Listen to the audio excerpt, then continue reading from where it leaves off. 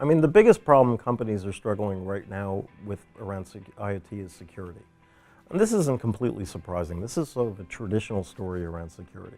What happens is that companies like to bring new products and services to market, but they haven't really thought through security from the beginning. And as a result, we have these exciting new features and capabilities that consumers and enterprises are excited about, but the security model hasn't been fully thought through.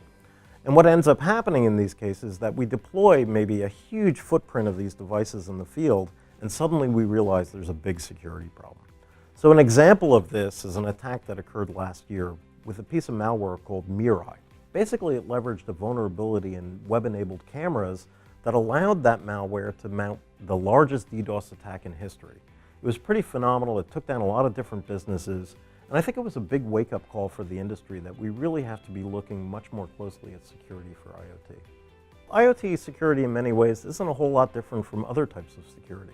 You still have to do the basics. You have to be able to authenticate devices to servers or other devices. You have to be able to enable secure communication.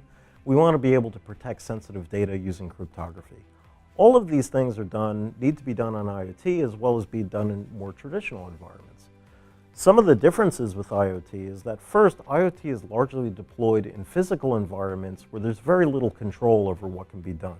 So a motivated attacker can get physical access to the device, take it apart, reverse engineer it, figure out how to modify it to do something that it was never intended to do. The second problem is that a lot of IoT devices are computationally limited. They either have to be very low power devices, they have a small form factor.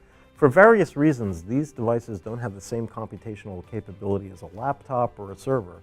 And so some of the security models that work, say, for example, in data center security, just don't translate well to IoT, so we need some new techniques to approach those problems.